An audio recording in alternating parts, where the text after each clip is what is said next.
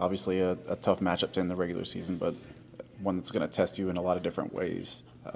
What is it about Illinois, the way they rebound, the way they have a Right. lot of skill guys that can light up the scoreboard? Yeah, I would say that's what jumps out the most.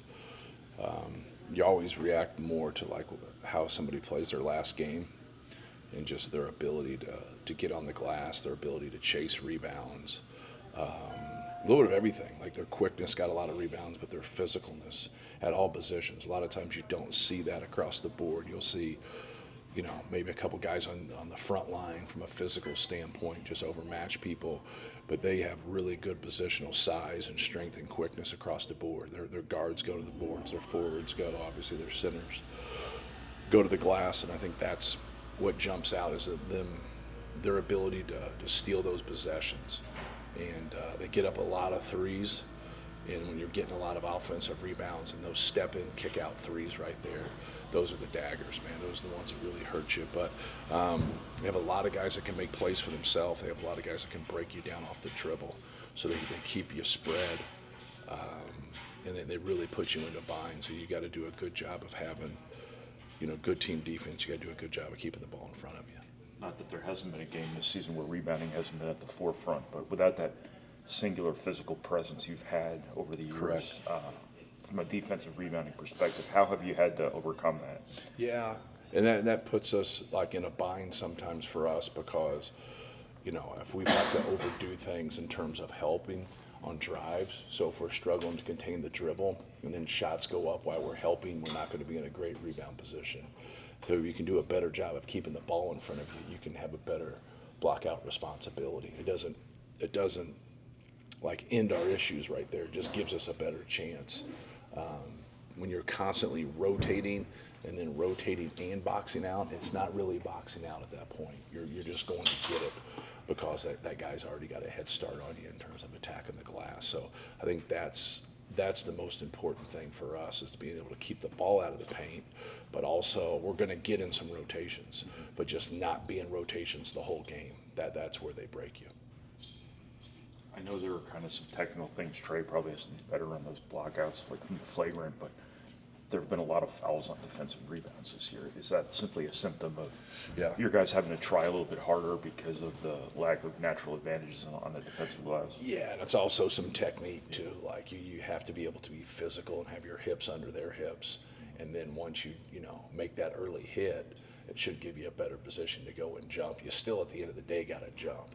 Like if you're just constantly being physical and hitting people and not releasing to go get the basketball, you're going to get tangled a lot, and you're going to get caught up a lot, and that's how you're going to get some fouls against you there. But you got to be a jumper.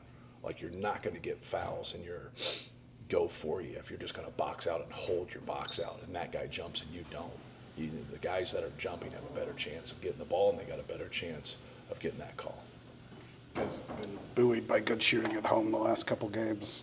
How do you just maintain that on the road in an environment like Illinois?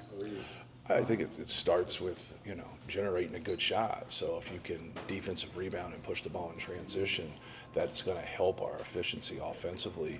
But then being able to execute on the offensive end and getting good looks, whether we're running something for that shot or we're running something for somebody else and we end up, they overdo that and we end up getting those good shots. So it comes down to defense and being able to secure rebounds and getting in transition, and then being able just to be efficient on the offensive end. It's just getting those threes isn't us like anointing that, hey, we're going to shoot a bunch of threes. It's going and trying to execute. There is another team out there, and how they defend things and how they do things will be different. It's just like everything that you got in the last game, like these coaches we go against aren't fools. Like they're going to go watch and try to take that away as much as possible, especially when there's some level of a pattern. How much value do you put on getting a double bye for the Big Ten tournament? And is it good to have some stakes, I guess, for this final game? Yeah, I think it's always to be able to have something. Obviously, you like to be in this final game and be playing for a Big Ten championship, and obviously we're not. And we don't have anybody to blame besides ourselves for that. We put ourselves in a pretty good position, and we just didn't get the job done, and now you got to be able to push on and play for something else, and this is one of those games. So if we can win this, we get that double bye. And I think at this point of the season, coaches look at it like more for the rest than anything. You know, now like, hey, if we play on Thursday, we got to win 4 games to win the Big Ten tournament. If you play on Friday, you got to win 3. I think it comes down to being that simple and getting yourself ready, because you're not gonna.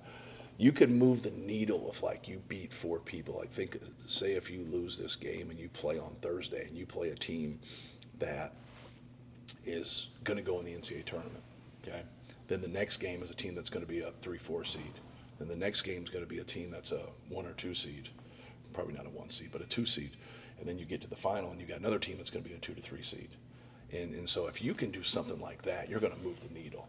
But if you're just going to beat a team that's on the fringe to get in the tournament, and you beat one other team that, say, is a 3, 4, 5 seed, you could move it a little bit. There's a lot of data. It's no different than somebody at the end in September with their batting average in the major leagues. Like, right, you can go 3 for 4. You got 500 at bats. It's not going to move it. But if you go 3 or 4 in May, you're going to move your batting average. All right, so people go, well, why don't you move? Like, why don't they move? Well, they don't. Right away, they don't understand what's going on. So just because I'm a 4 and we have a win doesn't mean we're going to be a 3. We could be the worst 4. If we're the worst 4, we could actually have 3 really good wins and might not still be a 3. But if you're closer to that and you're the best 4, now you have 3 really good wins. You can go to a 3 then. Like, you can get moved up, or 4 to 5, 5 to 6, whatever it might be. And so I think that's what you got to kind of look at. And that doesn't guarantee anything either, right? We've seen that from a style standpoint, getting into the NCAA tournament. So just win the next game. There's a lot that goes on. I know you guys ask a lot of questions and we give a lot of answers, but win the next game.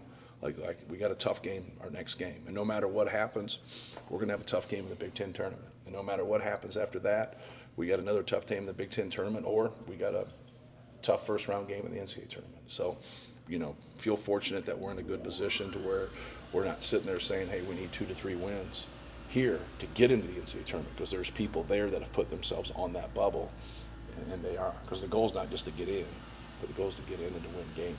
So. Does your schedule change, like days off that you give them, depending on whether you play Thursday, Friday? Like Yes. what you guys have coming up Yes. here? Yeah. I don't like to practice 3 days in a row. So after the season gets going. Just matching up with Kasparis, obviously a big Yeah. point guard. What are the challenges of kind of dealing with him? Well, you know, when you're going to allow him, or he's going to get to angles, he's going to be very effective. Like, good players are effective when you give him space and you give him angles. So, you know, he's just a good lead guard. You know, he can score for himself on drives. He can make step-back threes. He's a great passer. He's got a really good feel.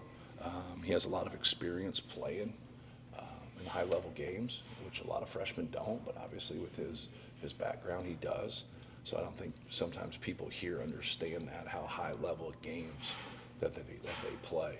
And so, like, even, you know, as a 14, 15, 16-year-old, like, you play at some really, really high-level games in unbelievable environments. But no, he's a fabulous player. He's got a great future.